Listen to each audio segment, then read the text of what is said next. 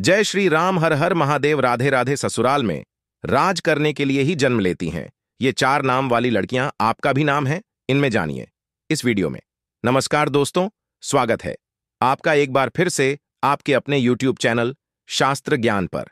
इसके साथ हम जानेंगे भगवान श्री कृष्ण द्वारा बताए गए कुछ ऐसे वास्तु नियमों के बारे में जो अगर आपके घर में भी अपना लिया जाए तो घर से सभी वास्तु दोष दूर होते हैं।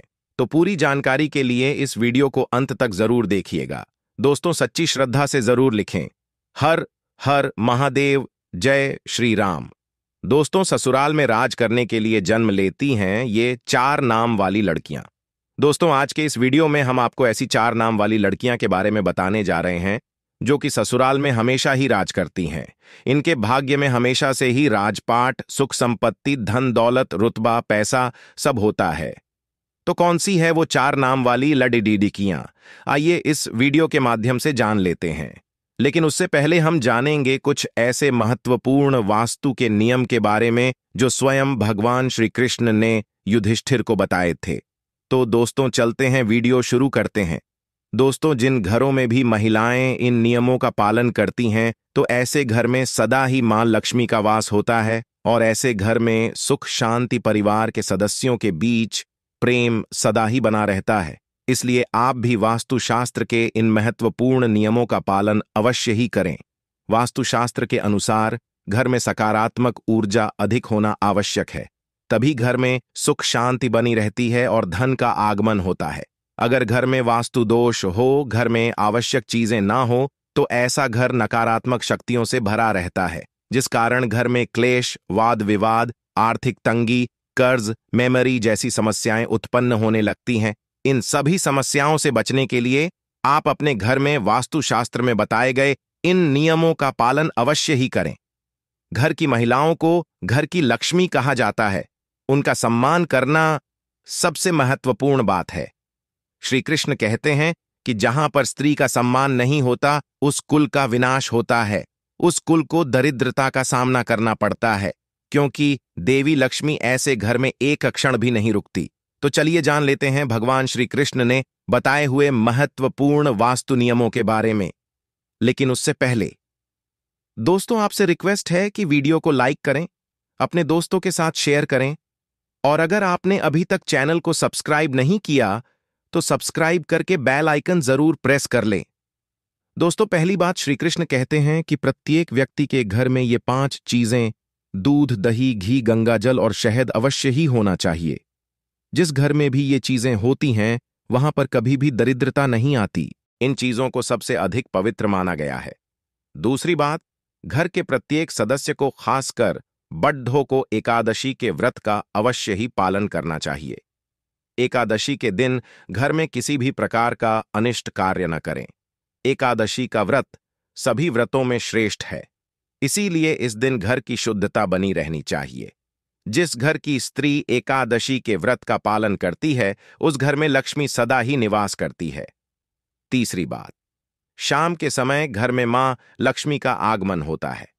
इस समय पर घर का मुख्य द्वार और खिड़कियां खुली रखनी चाहिए। रोज शाम को, चाहे 5 मिनट के लिए ही सही, लेकिन आपको अपने सभी खिड़कियां और दरवाजे खुले रखने चाहिए। शाम के समय घर के मुख्य द्वार पर घी का दीपक अवश्य लगाना चाहिए। दीपक जलाते समय इस बात का ध्यान रखें कि दीपक के नीचे थोड़े अक्षत अवश्य रखने चाहिए। शाम के समय घर के आंगन में पानी का छिड़काव करें। रंगोली बनाकर देवी लक्ष्मी का स्वागत करने से मां लक्ष्मी प्रसन्न होकर आपके घर में प्रवेश करती है। इसलिए आपको सुबह के समय या शाम के समय अपने घर के मुख्य द्वार पर रंगोली जरूर बनानी चाहिए। चौथी बात, घर के मुख्य द्वार पर स्वास्तिक का चिन्ह बनाना चाहिए। स्वास्तिक अत्यंत शुभ चिन्ह है। यह घर को बुरी नजर से बचाता है तथा घर में नकारात्मक शक्तियां प्रवेश नहीं कर पाती। पांचवी बात, हफ्ते में एक बार नमक के पानी से घर में पोछा लगाना चाहिए। नमक नकारात्मक शक्तियों को सोख लेता है और घर का वातावरण पवित्र करता है। स्नान करते समय भी पानी में थोड़ा सा नमक मिलाकर स्नान करना चाहिए, इससे तन की शुद्धि होती है। छठी बात, रोजाना चींटियों को शक्कर मिला हुआ आटा डालना चाहिए, इससे व्यक्ति की कुंडली के दोष दूर होते हैं। सातवीं बात, कुलदेवी अथवा कुलदेवता के बाद के दिन घर में उनके नाम का दीपक लगाना चाहिए। जैसे अगर आपके कुलदेवता महादेव है तो सोमवार का दिन महादेव का दिन होता है। ऐसे में सोमवार को विशेष महादेव के नाम का एक दीपक अपने घर के मुख्य द्वार पर रखें। आप तेल का दीपक भी लगा सकते हैं। महादेव आपके घर पर अपनी विशेष कृपा बरसाएंगे। इसी तरह से यह उपाय आप अपने कुलदेवता या देवी के लिए कीजिए। इससे कुलदेवता प्रसन्न होते हैं और घर के सदस्यों पर अपनी कृपा दृष्टि बनाए रखते हैं। 8वीं बात, किसी भी विशेष त्योहार या शुभ मुहूर्त पर एक मुट्ठी काले तिल लेकर अपनी मुट्ठी में 3 बार फूंक मारें। अब इन काले तिल को आप अपने घर की छत पर डाल दीजिए। इससे नकारात्मकता नष्ट होती है। घर पर अगर किसी की कुदृष्टि हो तो वह भी दूर हो जाती है। आपके शत्रु कुछ भी आपका बिगाड़ नहीं पाएंगे। तिल की उत्पत्ति भगवान विष्णु के मैल से हुई थी, इसीलिए इसमें बहुत शक्ति होती है। 9वीं बात, श्री कृष्ण कहते हैं, द्वार पर आई गौ माता और द्वार पर आए कुत्ते को रोटी अवश्य खिलाएं। पशु पक्षियों के लिए घर की छत पर अथवा बालकनी में पानी और खाद्य पदार्थ की व्यवस्था जरूर करें। 10वीं के बाद पशु पक्षियों के साथ ही वृक्षों की देखभाल करने का दायित्व भी मनुष्य का ही है। इसीलिए घर के रसोई घर में नित्य एक लोटे में पानी भरकर रखें और सुबह इस पानी को पेड़ पौधों में डाल दें। इससे सभी प्रकार के वास्तु दोष नष्ट होते हैं। 11वीं बात, घर के बाहर ईशान कोण में जल से भरा पात्र अवश्य रखना चाहिए ताकि कोई भी अतिथि प्यासा न लौटे और आपको आशीर्वाद प्रदान करे। प्यासों को पानी पिलाने से बड़ा पुण्य और कोई भी नहीं होता। तो दोस्तों, ये तो थी वो महत्वपूर्ण बातें जो भगवान श्री कृष्ण ने सुख समृद्धि के लिए बताई। आइए अब जानते हैं कौन से वह 4 नाम है जो अगर किसी भी महिला के हो तो ऐसी महिला करती है ससुराल पर राज। दोस्तों, शादी के बाद जब भी कोई लड़की अपने ससुराल जाती है तो उसे कई प्रकार के नियम कायदों का पालन करना पड़ता है। उसे अपने ससुराल के लोगों के अनुसार स्वयं को ढालना पड़ता है। हर घर का रहन सहन और उसमें रहने वालों की सोच बिल्कुल अलग होती है। ऐसे में इतने सारे लोगों के बीच जब एक लड़की बहू बनकर आती है तो उसे ही स्वयं के घर के माहौल के अनुसार ढलना पड़ता है। हालांकि सभी लड़कियां ऐसा नहीं करती, बल्कि कुछ लड़कियां तो इतनी माहिर होती हैं कि ससुराल जाकर बाकी सबका रहन सहन ही बदल देती है और खुद अपनी चलाकर घर पर राज करती है। दोस्तों, ससुराल जाकर सब कुछ अपने हाथों में कर लेना भी एक कला है जो सब में नहीं होती।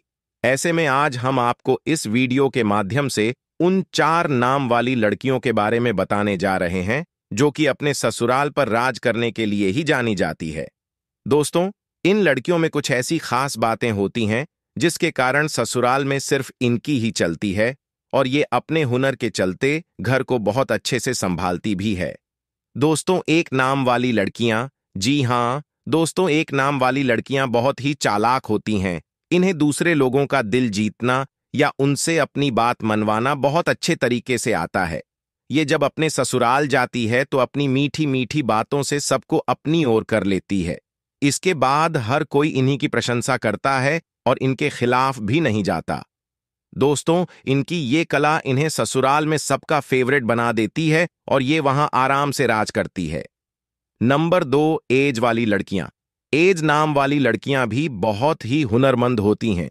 ये अपने हुनर से ससुराल वालों को खुश कर देती है। इनकी खूबियों को ससुराल के लोग भी नजरअंदाज नहीं कर पाते। इस प्रकार सबके मन में इनके लिए इज्जत बनी रहती है। इनके घर में आने से ससुराल वालों का सीना गर्व से चौड़ा हो जाता है।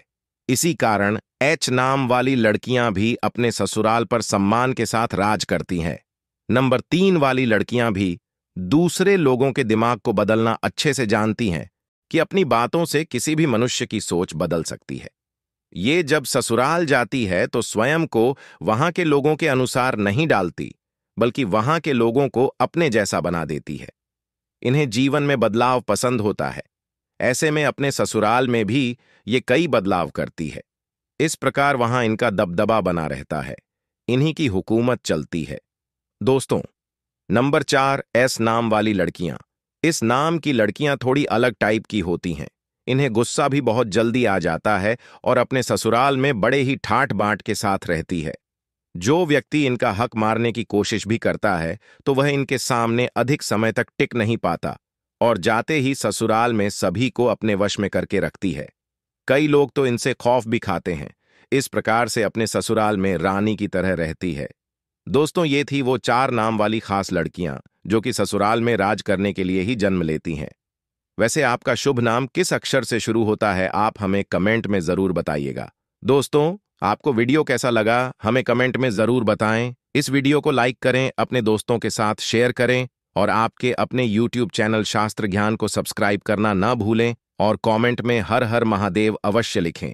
वीडियो अंत तक देखने के लिए आपका बहुत बहुत धन्यवाद।